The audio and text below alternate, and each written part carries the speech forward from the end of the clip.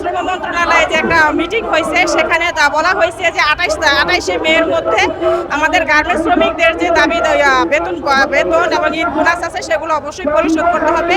তাই আমরা চাচ্ছি যে অবিলম্বে 28 তারিখের মধ্যেই যেন আমাদের শ্রমিকদেরকে এই বেতন এবং ঈদ বোনাস এগুলো পরিশোধ করা হয়, এবং সেই সাথে এইটা নিয়ে যেন কোনো মালিক কোনো ধরনের গাফিলতি না করে, আমরা সেটার জোরদার দাবি জানাচ্ছি। আপনারা জানেন যে গার্মেন্টস শ্রমিকরা প্রতি ঈদের সময় হইলেই তাদের যে মালিকরা আছে, মালিকরা বিভিন্ন পাইতারা শুরু করে, তারা বিভিন্ন ফায়দা লুটতে চেষ্টা করে। তারা একদিক দিয়ে শ্রমিকদের বেতন আটকে রাখে, দ্বিতীয় দিক দিয়ে তারা সরকারের কাছ থেকে বিভিন্ন সময় বিভিন্ন প্রণোদনা নেওয়ার চেষ্টা করে। বিজিএমই নীরব ভূমিকা পালন করে এই যে সময় ঈদের সময় আছে। এই ঈদে জামা জুতো অ্যাক্সেসরিজের ডিসকাউন্ট। যে সময় শ্রমিকদের ঈদ বোনাস দিতে হয়, অন্তত আমরা বলছি যে 20 তারিখের মধ্যে ঈদ বোনাস দেওয়ার জন্য। আর এই যে বর্তমান মে মাসের বেতন, এইটা আগামী মাসের 3 তারিখ দেওয়ার জন্য স্বরাষ্ট্র মন্ত্রণালয় বলছে।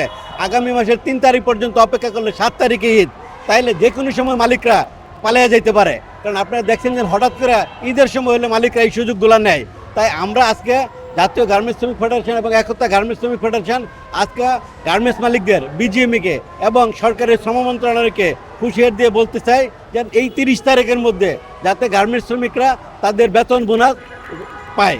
কারণ আপনারা দেখছেন যে এই ঈদের সময় হলে অনেক সময় ছুটি ছাটা নিয়েও গার্মেন্টস সেক্টরে অরাজকতা সৃষ্টি হয়। তাহলে তারা যেহেতু তারা 12 মাস কাজ করতে পারে, ঈদের সময় হলে কেন দেখা গেছে মালিকরা পাইতারা করবে? বিজিএমইর যে সামনের নির্বাচন, কারণ বিজিএমইর মালিকরা আপনারা জানেন যে সম্মিলিত পরিষদ হোক আর ফোরামই হোক, কারণ যেই আসুক তারা সবসময় মালিকদের স্বার্থ নিয়ে চেষ্টা করে, সবসময় শ্রমিকদের জন্য তারা পিছপা থাকে। তারা কিভাবে নিজেরা আগাইবে, তারা সরকারের প্রণোদনা নেবে, সরকারের কাছ থেকে বিভিন্ন সুযোগ সুবিধা নেবে, তারা সেই চেষ্টাটাই করবে।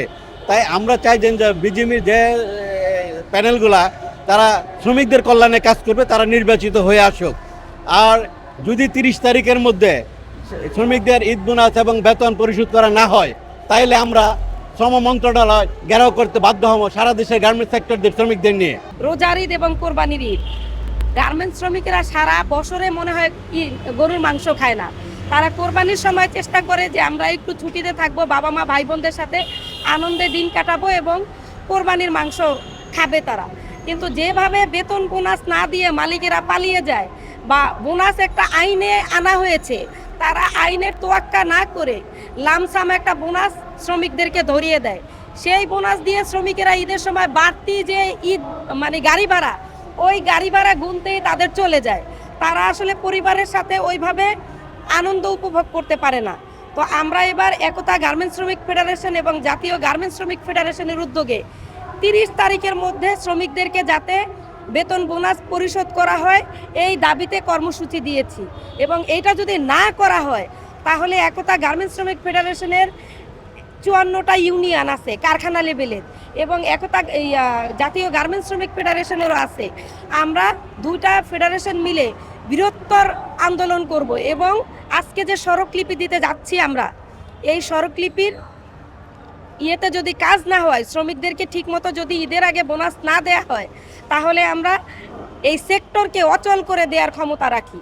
গার্মেন্টস শ্রমিকরা প্রতি বছরেই সারা বছর তারা কাজ কাম করে, বেতন ভাতা হয়তো সময় মতো কেউ পা না, যাই হোক মোটামুটি একটা স্ট্যান্ডার্ড থাকে।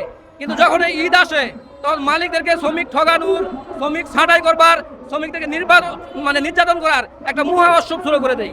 তাহলে আমরা আশঙ্কিত যে শ্রমিকরা যে সামনে ঈদ, এই ঈদে তারা সময় মতো ঈদ বোনাস পাবে কিনা, সময় মতো তাদের যে বকেয়া বেতন সেটা পাবে কিনা, এই জন্য আমরা সরকারকে জানাতে এবং হুঁশিয়ার করে দিতে আগে আমরা সরকারকে বার্তা দিতে এসেছি যে অবশ্যই এই ঈদের আগে শ্রমিকদের যে বকেয়া মজুরি এবং ঈদ বোনাস তা পরিশোধ করতে হবে। এর আগের ঈদে আমরা দাবি করার পরে সরকারের অধিকাংশ জায়গায় বাস্তবায়ন করছিল বেতন বোনাস, কিন্তু দেখা গেছে কিছু কিছু জায়গায় তারা বাস্তবিত হয় নাই। এই জন্য আমরা আগেই সতর্কিত, আমরা আগেই সরকারকে জানাই দিছি যে সঠিক সময়ে যেন ঈদ বোনাস পাওয়া যায়।